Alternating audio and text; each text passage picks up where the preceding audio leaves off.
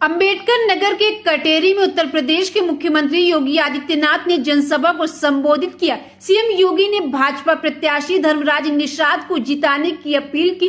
CM योगी ने जहां सरकार की योजनाओं का बखान किया, वहीं विपक्ष पर जमकर निशाना साधा।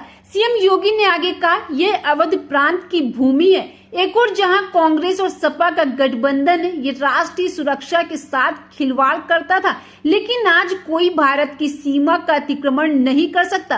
कांग्रेस कहती है कि हम धारा 370 वापस लाएंगे। धारा 370 का मतलब आतंकवाद की वापसी, लेकिन ये हम बर्दाश्त नहीं करेंगे। सीएम ने कहा कि ये सरकार विकास भी कर रही है और विरासत भी बचा रही है। और इसीलिए आज मैं आपसे कहने के लिए आया, ये समाजवादी पार्टी, ये कांग्रेस के लोग गुमराह करने के लिए आएंगे, तमाम प्रकार की बातें करेंगे, लेकिन बहनों और भाइयों, ये विरासत को अपमान करने वाले लोग हैं। ये प्रभु राम की परंपरा को अपमानित करने वाले लोग हैं।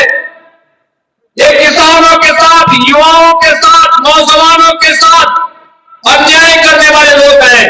ये बेटी और व्यापारी की सुरक्षा में सेंध लगाने वाले लोग हैं।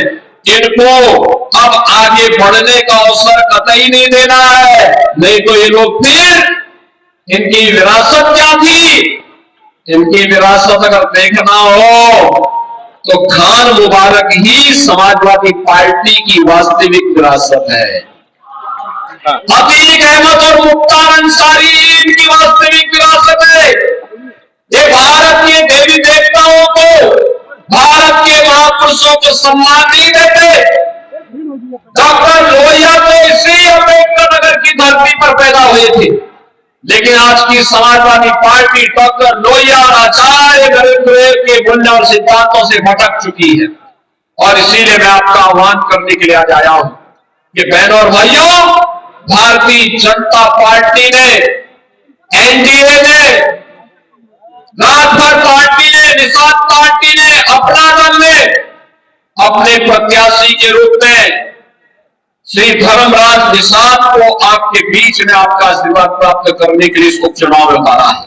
मुझे केवल आपसे एक बात कहनी है, और वह यह कहनी है कि आपने 10 वर्ष में प्रधानमंत्री मोदी जी के नेतृत्व की एक ऐसी सरकार देखी है जो बिना रुके, बिना डिगे, बिना हटे देश की सुरक्षा के लिए, गरीबों के कल्याण के लिए, विकास के बड़े बड़े कार्यों को आगे बढ़ाने के लिए लगातार कार्य की है। एक और जहां कांग्रेस और समाजवादी पार्टी का जो इंडी गठबंधन है, यह राष्ट्रीय सुरक्षा के साथ खिलवाड़ करता था। मुझे याद है 2014 के पहले जब इन लोगों की सरकारें थी, तो अगर पाकिस्तान कोई आतंकी वारदात को अंजाम देता था, हमारी सीमाओं का अतिक्रमण करता था, अगर हम आवाज उठाते थे तो कांग्रेस के लोग कहते थे, समाजवादी पार्टी के लोग कहते थे कि आवाज मत उठाओ, पाकिस्तान से संबंध खराब हो जाएंगे। यही स्थिति देश के अंदर आतंकवाद की जो धारा 370 को लेकर के थी, कश्मीर में कांग्रेस कहती है कि धारा 370 फिर से लाएंगे। बहनों और भाइयों, धारा 370 का मतलब आतंकवाद की फिर वापसी। यह देश अब आतंकवाद को बर्दाश्त नहीं करेगा, आतंकवाद का खात्मा करके रहेगा। देश के अंदर आतंकवाद, नक्सलवाद पूरी तरह समाप्त होगा। भारत को फिर से विकसित भारत के रूप में स्थापित करने के मोदी जी के अभियान के साथ हम सबको जुड़ के काम करना है। यूपी के अंदर जो सरकार आज डबल इंजन की कार्य कर रही है, यह सरकार विकास भी करा रही है, विरासत का सम्मान भी दे रही है। मैं आपसे पूछना चाहता हूं, अयोध्या में जो एक निषाद बेटी के साथ क्या कुछ घटना घटित की थी समाजवादी पार्टी के गुंडों ने, और काफी समाजवादी पार्टी के नेता और उनके राष्ट्रीय अध्यक्ष उसकी दलील दे रहे थे। बहनों और भाइयों, बेटी तो सबकी होती है।